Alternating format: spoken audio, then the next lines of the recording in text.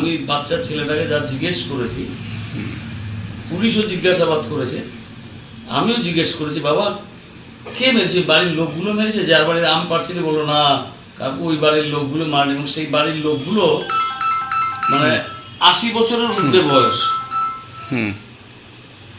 কাজেই সেগুলি মারতে পারে না, সেই ছেলেগুলি মারতে পারে না, লোকগুলি মারতে পারে না, তারা অনেক বয়স্ক লোক।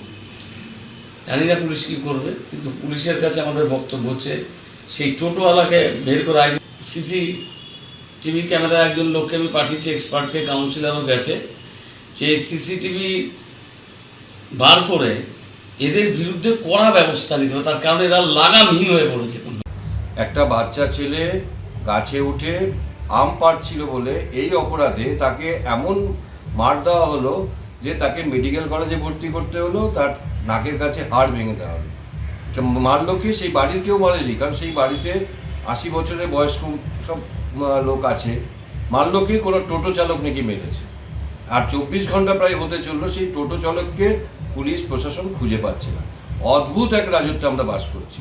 তার কারণ টোটো চালকের সাথে হয়তো ইউনিয়নের সম্পর্ক আছে, টোটো চালক হয়তো নিয়মিত তোলা দেয় পুলিশকে, সেই টোটো চালককেও পুলিশ অ্যারেস্ট করতে পারছে না।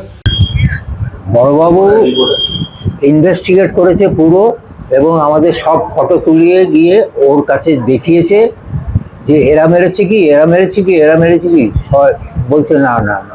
বলে তাহলে ওখানে গেছিস কেন? যদি এরা না মেরে থাকে তাহলে ওখানে গেছিস কেন?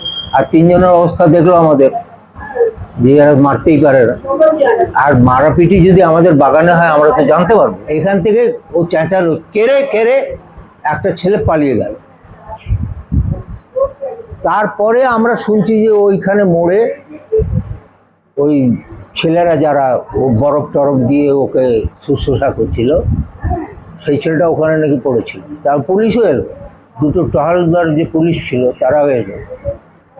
তাদের কি বক্তব্য তারা জানে, বড়বাবুর কাছে বলবে। কোনো কিছুতেই জড়িত নেই আমরা জানি না। আমরা তো কাল 4:30টার সময় দেখে এদেরকে ভয় পেয়ে গেছি রীতিমতো।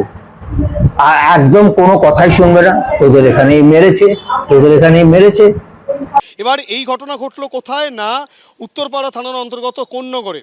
সেখানে সেই নাবালকের দোষ কি, যেটা পরিবারের সদস্যরাই বলছেন যে সেই নাবালক গত বৃহস্পতিবার তার এক বন্ধুর সঙ্গে বেরিয়েছিল ফুটবল খেলতে, এবং সেই খেলতে যাওয়ার পথে সে একটি গাছে আম পাড়তে গিয়েছিল, পাঁচিলে উঠেছিল, আম পাড়ছিল।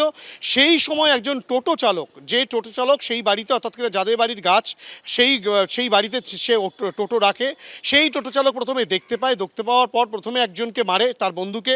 সে কোনো রকমে পালিয়ে যায়। আর এই যে নাবালক, সে পড়ে যাওয়ার পরে তাকে বেধড়ক মারধর করা হয়। কি পর্যায়ে তোমাকে বলে রাখি, এখনো পর্যন্ত তার পরিবারের সদস্যরা যেটা দাবি করছেন, হাসপাতালের চিকিৎসকরা তাদেরকে যেটা জানিয়েছেন যে তার মাথায় গুরুতর আঘাত রয়েছে, মাথার বিভিন্ন জায়গায় রক্ত জমাট বেঁধেছে। শুধু তাই নয়, তার বাঁ চোখের নিচের হাড়ে কিন্তু চির ধরেছে, অর্থাৎ কিনা চোখের হাড় ভেঙে গিয়েছে, চোখে এখনো পর্যন্ত রক্ত জমাট বেঁধে রয়েছে। এবং এই গোটা ঘটনার নেপথ্যের একটাই কারণ, সে আম পাড়তে গিয়েছিল।